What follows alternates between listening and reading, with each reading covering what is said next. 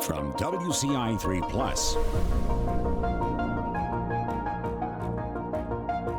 with your host, Kevin Lighty, this is Behind the Forecast.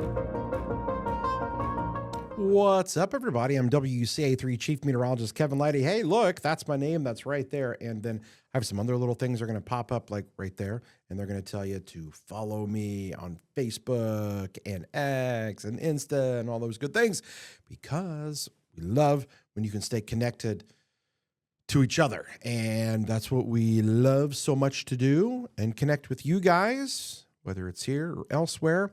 Thanks for joining us again. It's another Behind the Forecast.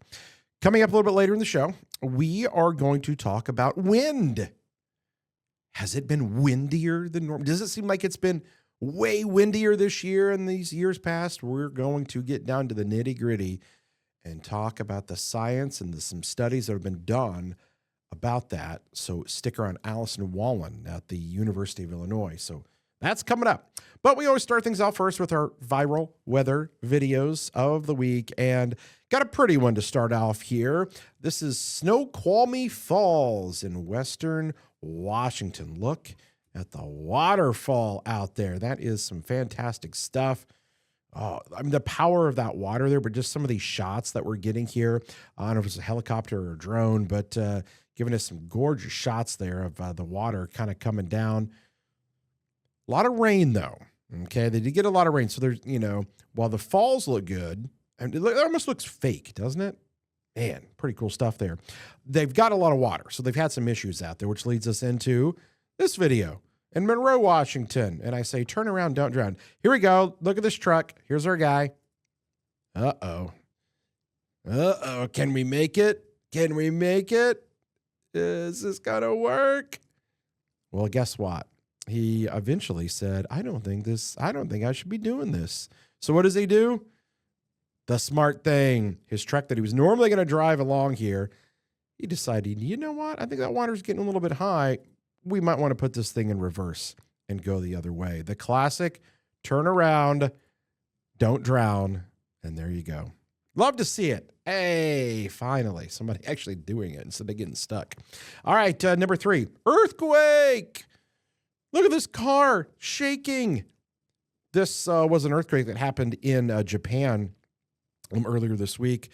I believe it was a 7.6. Look at the cars shaking. Isn't that kind of wild to see? Woo, how about that? All right, that's our number 3 video. Let's go to number 2. This is pretty wild stuff here. This is the Grand County Search and Rescue in Utah.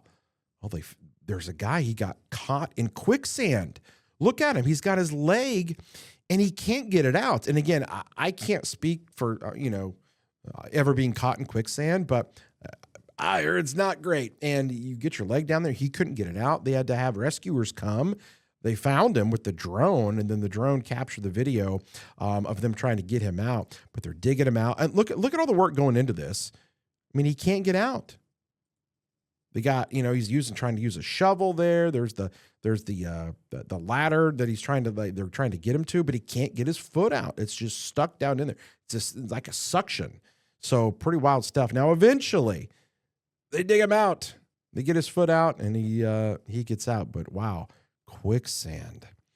All right. This is one I hope that none of you ever have to encounter. We're going to let you watch it a couple times. Look at the car coming. Look at the car coming. There's a plow. There's a snow plow. Oh, man. Look at that. This was in New York.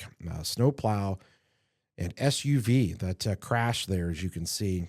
The driver, that was driving there, coming around the corner, probably a little bit too fast. Fortunately, no serious injuries there. But, man, that can be scary. I hope this is not you guys. Be careful out there on those curves. It can be... never want to be a part of that. And we've got more winter weather coming, so I want you guys to stay safe out there. Okay, there's your viral weather videos from 5 to 1. Coming up, we talk wind, and a really interesting study that's being done here at the University of Illinois to find out whether or not it's really been all that windy or if it's all in our heads. That is coming up. We've got more Behind the Forecast after the break.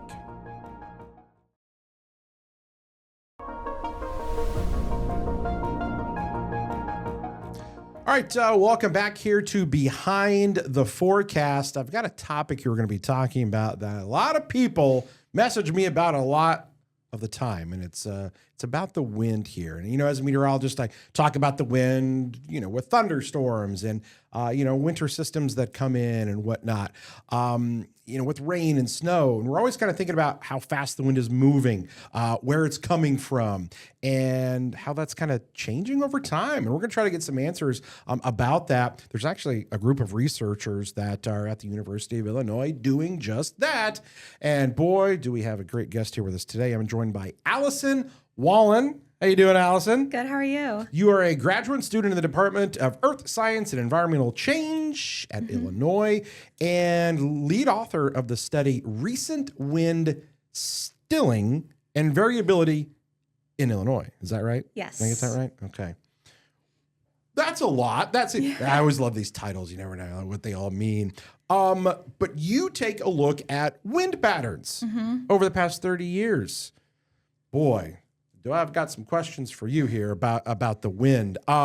First off, let's talk a little bit about, you know, what is it about wind speed and direction that kind of make it such an important variable for you guys to track? Why is that so important? Yeah, wind affects us a lot. So in the winter, it makes us a lot colder, as you may have experienced recently. In the summer, it also helps cool you down. But then wind speed and direction will bring storm tracks here. It may bring wildfire, air pollution here. It can also clear air pollution out of areas.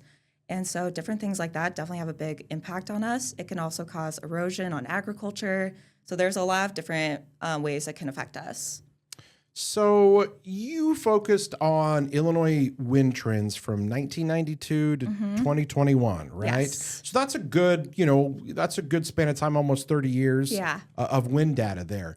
I would love to hear about what you guys have found, because I have an inbox full every single month with people going, why is it so windy? Or it's windier than it used to be. Or it's, you know, there are a lot of people here that they feel the wind. They must really feel impacted by it. Yeah. Give us some of the results. What are you finding about wind here in Illinois? What's some of the data you've got? Yeah, so based on the weather stations we looked at, wind speeds are actually slowing down in Illinois.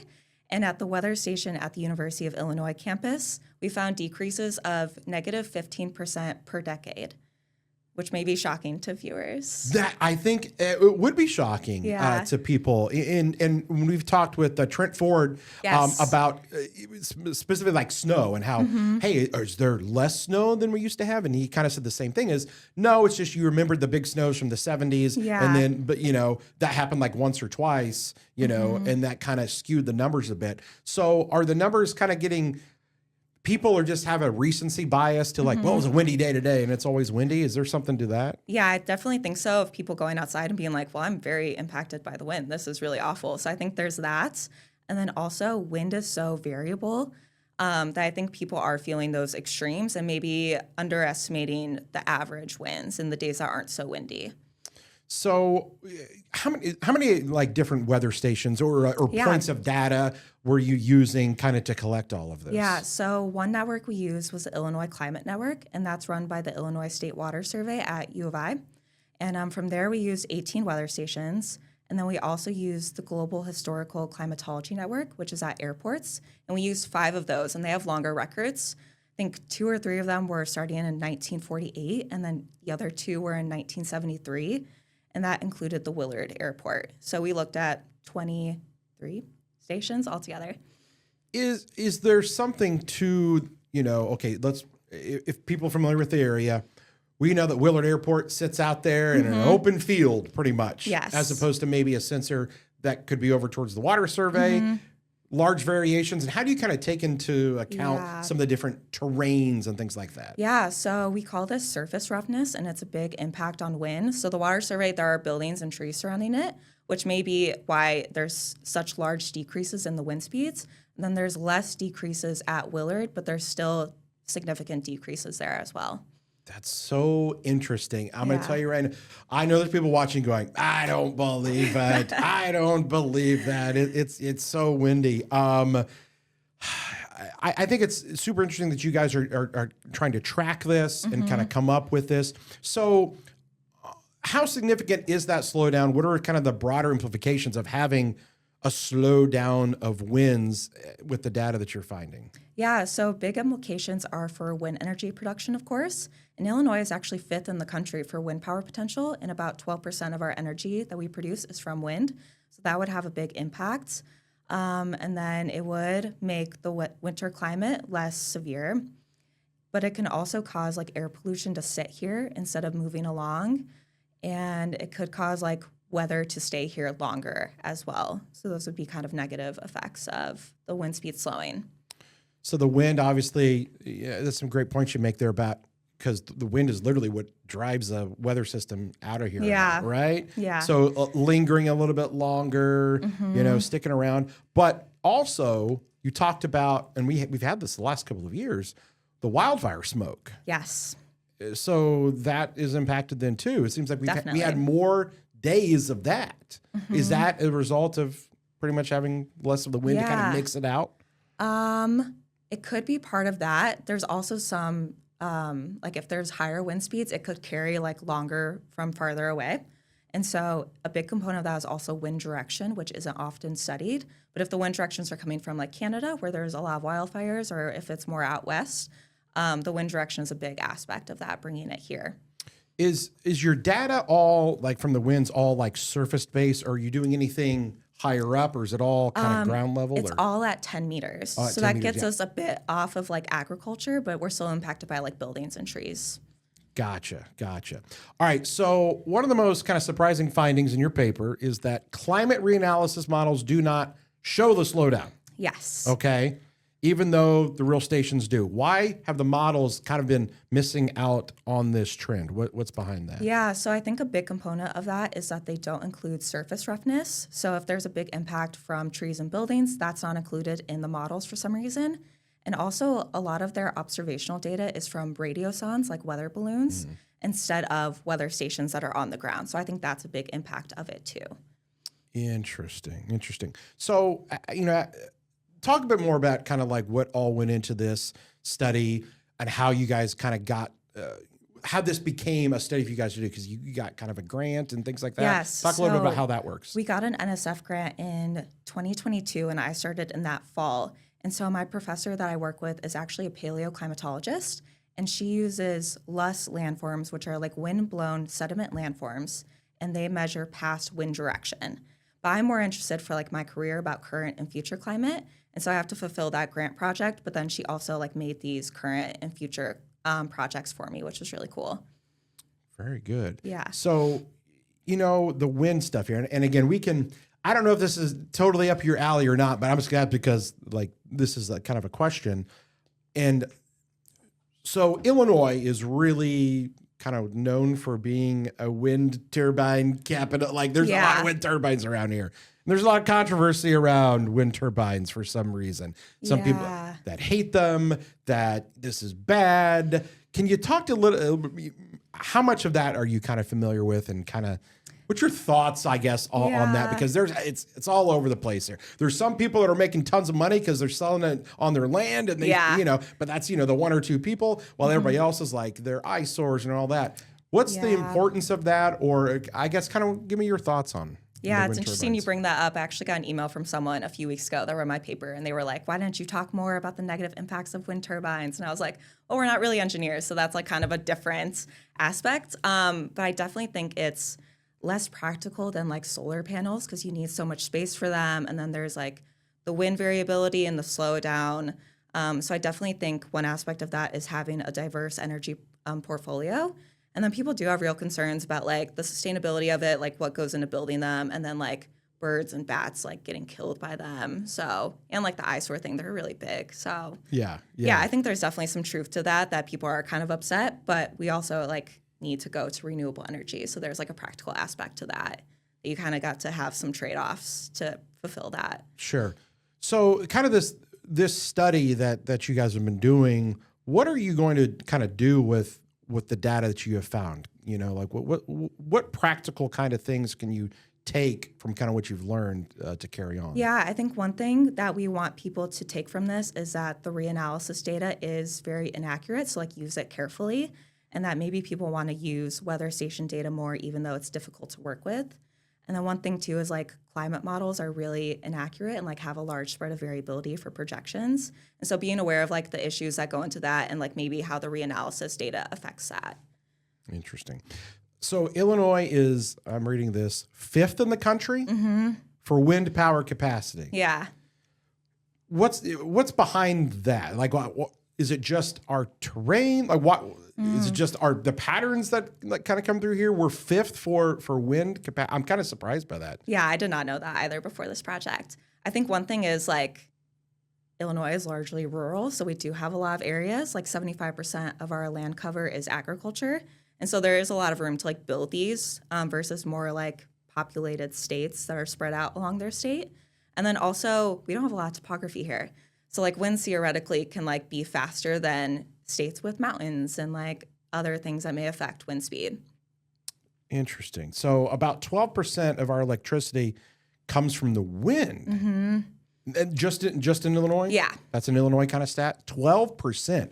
And that, I'm guessing, continues to grow every year then. Yeah, it is growing here and globally every year. Is it possible we've been kind of overestimating how much wind power Illinois can generate in the future? Yeah, definitely. Since we found slower winds from the weather station data, that's going to cause less wind power generation in the future. And so I think being aware of that and knowing that, one, it's highly variable, and two, it's slowing down. Like, don't really rely on wind energy as much as maybe we have before. Yeah. Okay. Very good. I want to talk about kind of some wind stuff here as well, and this kind of crosses over into something else. But the other thing that we've had the past few summers too that was kind of enhanced by the wind was these dust storms and whatnot. Yes. And we've had dust storms that I've never listen. I've seen dust storms out in Arizona and like read about them elsewhere, and like the Dust Bowl back in the day in the Midwest. But like these past 2 years, we've had like almost crippling dust storms here in Champaign County and like other areas. And those came on some really windy days. Kind of talk a little bit about that. Yeah. So one part of like climate change is that there's more extreme weather events. So that can be where the really fast wind speeds come from. And then that combined with the flat land, the agriculture, and then the dryness under global warming makes it easier for erosion to happen. And then the dust gets picked up and it creates this big storm that really hurts people. Yeah, I tell you, it's like I said, I feel like more and more wind like becomes more of like the stories for us on various things. But you can't, I guess you can't correlate stronger winds. You're just correlating other aspects of drought conditions and whatnot with the wind instead of, well, the wind is causing it, but it's other things too, right? Yeah, definitely. Yeah, there's a lot of connection with other variables from climate. So the study is fully published out there? Yes, it got published in October. What's kind of been the reaction from people? You said some people like, wow, why didn't you? What's been some other reactions you've heard from people after kind of reading? This is kind of a first time kind of study, right? Like nobody's really done something like this. So what's kind of been the reaction for people? Yeah, people have been interested in it. Someone emailed me wondering about like wind direction changes affecting Wrigley Field and like home runs versus foul balls. I love that. Yeah. Also a Cubs fan. So I was like, oh, that's a nice question. That. Yeah. And other people have just been like, oh, cool study. Like I don't think about wind at all. So like this is interesting to look into.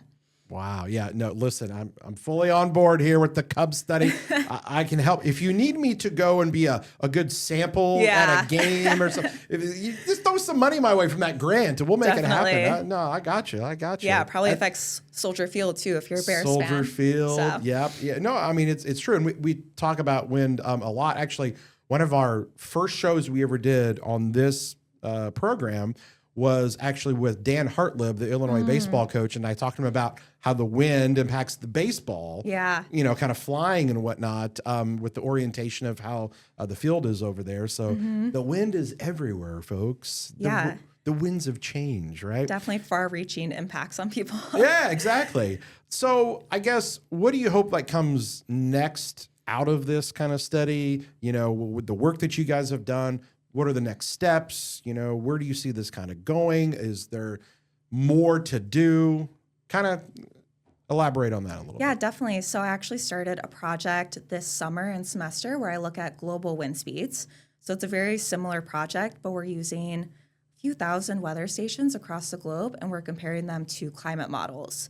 So both like current climate models and trying to find like very accurate ones, look at past climate states that were very warm and see like, is it similar to today? And then also look at future projections. So we're trying to analyze which climate models are most accurate and see which ones we can rely on. Is there something that the ordinary person can do out there to help with this kind of thing? Like a lot of people have home weather stations, but I know those aren't always calibrated to the, best, and there's variations of those. But, there's Weather Underground and all these like weather station networks that are out there. And there's all this data out there. Yeah. But I'm guessing it's hard to use some of that maybe. Yeah, weather stations in general are hard to use. They're so sporadic and they don't have continuous time periods. And then there's so many sources. So you have to like get them from a bunch of different websites and like collate them and things like that. And there's like instrument errors that you have to look out for. Yeah, it's really difficult. So I don't even know if people can really help with that. Kind of help with that. I just thought, well, maybe, we generally we use like weather stations. We partner with Tempest weather stations, and so we kind of use those. But you always kind of look at them and go, well, because different people have set them up, and So you're using those official ones at the airport, yes, and whatnot there, and maybe you answered this a little bit earlier, but was it from Chicago down to Carbondale to St. Louis, East St. Louis? Not really St. Louis, but we do have stations around Chicago. We include Midway as well, and then we also include Carbondale. So we have a pretty good spread across the state. So was there anything that I guess shocked you from the data, or you're like, whoa, didn't see that coming, or wow, that's a real interesting tidbit? What out of this kind of made you go, how about that? Yeah, a few things. One, like how much of decreases there really were. I wasn't expecting that magnitude. And two, looking at how variable winds actually were. So even if you do monthly averages, pull out all the Champaign data for February, it's still very highly variable. And I'm like, whoa, that's kind of surprising. And then I was also surprised that the reanalysis models weren't that accurate. So we determined error 5 was the most accurate, but it still doesn't capture the trends. But everyone uses that in all of their studies. So I was expecting it to be pretty good. And I was like, oh, that's kind of an issue that everyone uses that. Do you think that people will kind of pivot from that then and use a little bit more of what you guys have found then to help kind of make those modeling? Yeah, I think so. better? There have been other studies talking about the inaccuracies in it, not necessarily for Illinois, but globally and for other countries. And so I think people are realizing that there's issues with it, but they just have to pivot to the more difficult data acquisition and usage with the weather stations, I think. Wow. It sounds like went into it. How long was the study? How long did you guys do this kind of over? Pretty long. So I think I really started it summer 2023. Okay. And then I first submitted to the journal at the very end of 2024, December 27th or something. And then we were working on editing it with peer review all this year. So it took a long time. But it was also I was learning how to do research and be a grad student and stuff. So it took longer. So what's it like to be able to have the ability to do this at the University of Illinois? Yeah, it's really great. We have a lot of resources. So I was able to take a data science class in my department. So I learned how to use Python with this project. And then my advisor has a lot of information about it. And then we also collaborated with someone at University of Hawaii who does atmospheric science. And she brought a lot with us. And then having the water survey on campus, we have 2 collaborators on this paper that worked there and could tell us a lot about the data. So yeah, it was very helpful, and we have a lot of resources. Fantastic there. We are getting close towards the end of the time here, but I'd love to leave you a little bit of time here, kind of conclusion here with everything, and any kind of last final thoughts. Again, we're joined here with Allison Wallin, a graduate student at the Department of Earth Science and Environmental Change. Allison, any kind of final words here as we kind of wrap things up here today? I think just sorry that our data doesn't match your lived experience. No, right? Yeah, exactly. Yeah, it's interesting. Trent Ford has told me all over the state, people are it's windier. It's windier. It's really not. Sorry, guys. So shocking. But when you take the numbers and you compute them out, you can't. You can't argue with data. Yeah. Like the number is the number, right? Yeah. So, yeah. But it's all up here for some of us, though, right? Definitely. And they're like, yeah, the wind is bad here. The Like, wind is I'm really bad. affected by it. Today was a rough day for wind in particular. Yeah, exactly. Well, listen, we got to go by the numbers there. So there's where you go. Allison, I appreciate you jumping in here with us and thanks so much talking for having about me. the wind. Really interesting stuff there. Keep up the good work over there. Thank And you. if you guys find anything else out, don't be shy and let us know. Yeah, definitely. Thank you. Okay, there we go, guys. Allison Wallin, again, talking winds here in Illinois. Love it. That, though, is about all the time that we've got here for our latest edition of Behind the Forecast. I'm Chief Meteorologist Kevin Lighty. Hope you guys have a great rest of your day. We'll see you then.